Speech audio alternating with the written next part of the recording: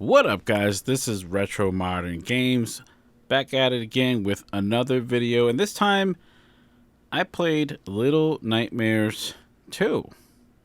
Now, this game looks like it just released a couple days ago, maybe a week now, and I was watching Vic's Electronic Playground stream, and he was playing this game for a little bit, and I got highly interested. I haven't heard of it before, to be honest with you, and I decided to give it a try. And boy, oh boy, was I pleasantly surprised.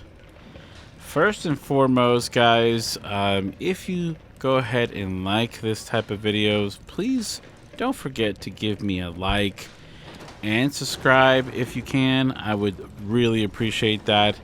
It really helps out the algorithm, and it gets the opportunity of the video to get to other people so that they can know about my channel and we can grow and have a great time. Yeah, okay. Moving on. So I've had I'd say about 10 hours, 10 to 15 hours with the game. I think I'm like 35 to 40% in. And I absolutely love this game. First reason I love this game is the creep factor, really nightmarish action platformer that has a lot of puzzles for you to solve. Really good aspect to the game is the sounds that come with the gameplay and the puzzles just really draw you in. I saw some of the reviews out there about the game giving it like a 7, specifically IGN. Kind of disappointed in that. It's a tough crowd over there. That's why I personally like to play games, because sometimes the reviews can be a little harsh on games like this. I like the game. I would give it so far like an 8 to 8.5, which I think is great. Like I said, the graphics are spot on. The sounds are spot on. Yeah, I mean, I could see some of the things that they're saying. Like, sometimes it's hard, depending on the angle that you're in, to jump here, jump on a platform, or climb something, or do this or that. You can watch more of the review on IGN that was posted about 6 days ago. But honestly, that does not get in the way at all of the game. The game is fun, and the challenges that you're presented with, like this challenge here, they just take some time, but I was able to complete this like on the first time around. And there's other challenges that will actually take you maybe half a dozen times until you get it, but they're not to the point where it takes away from the gameplay or it takes away from the enjoyment of the game. So come on, IGN, give a little love to Little Nightmares 2. It's not that bad to give it a 7. I think it deserves more credit than that. Another thing I really liked about the game is just, the progression of it. Like, it's constantly trying to refresh you with new segments and new challenges.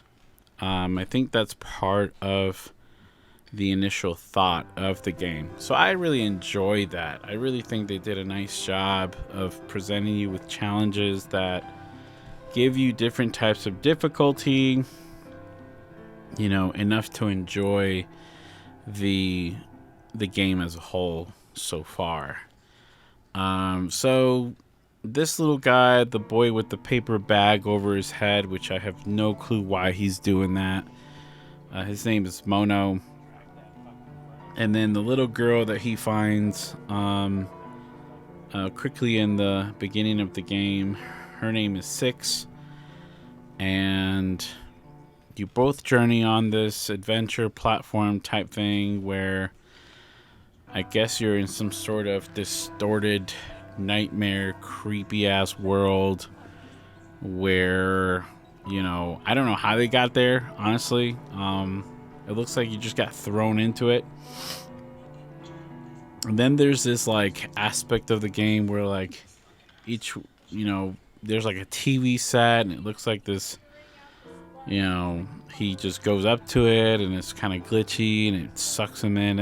I don't understand what that is, but other than that, yeah, they're in this distorted world and the creepy ass characters like this one, this teacher here, who, if you haven't seen already, stretches her neck out.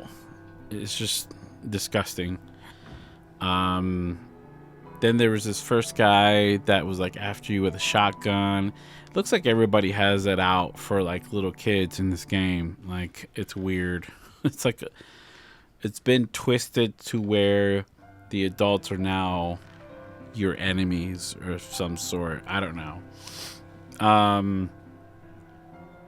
I still enjoy it. It's kind of creepy. It's a little gross. You know, there's some things out there that probably your 10-year-old shouldn't be looking at, but, you know, to each his own. I think it's more like a, you know, 16 and above type game, but who am I to judge? But yeah, I mean, I think you'll enjoy it. What it brings to the platform so far. Let's see what else I have to say about this game. I just really like that. The overall appearance of it, really creepy. A lot of the places that you go through, I will say, a very dark theme. Obviously, because the nature of the game is to be as creepy as this lady here.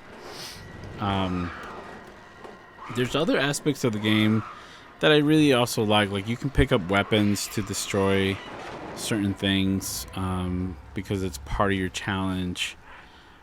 For instance, there's this part of the game here where you have to pick up like this spoon, this heavy soup spoon, to hit these porcelain kids over the head with and crush their heads, which I think is kind of creepy, but that's just part of the game, guys. So that kind of thing creeps you out. Maybe the game's not for you, but it is for me. I do like some creepy games to play. So Silent Hill, you know, this. I mean, I'm not foreign to creepy games.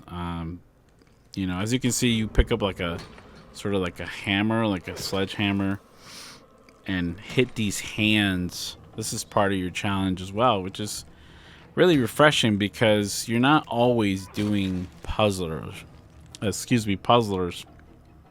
You're actually fighting little enemies like this, which is really nice. And then once you kill those, then you go on to the next area, you know, of the puzzle. Now, in between, there's like also things that you have to get to carry to turn on certain. They look like energy capsules that you turn on, that you carry around, that you put into some slots, and then you turn them on. That's later on in the game. So it introduces new elements to the challenges, which is nice too. I mean, you're not just solving puzzles or pulling levers. You're actually doing stuff that is different each time, so it doesn't get boring, which I really enjoy. So yeah, I mean, also one last thing is that you get little different headpieces. Like, you see how he was wearing a paperback. Well, now he's wearing a teddy mask on. This is before I got the teddy mask. So he's wearing his paper bag over his head. But other than that, guys, I just wanted to spend 10 minutes just to kind of give you my first impressions. I really think it deserves more than a 7. I think it's a great game so far. Really check it out. I really think you're going to enjoy it. Let me know in the comments below. What are you getting it for? PS4, PS5? It's available on all platforms. I'm playing it on PC, so let me know what you're playing it on.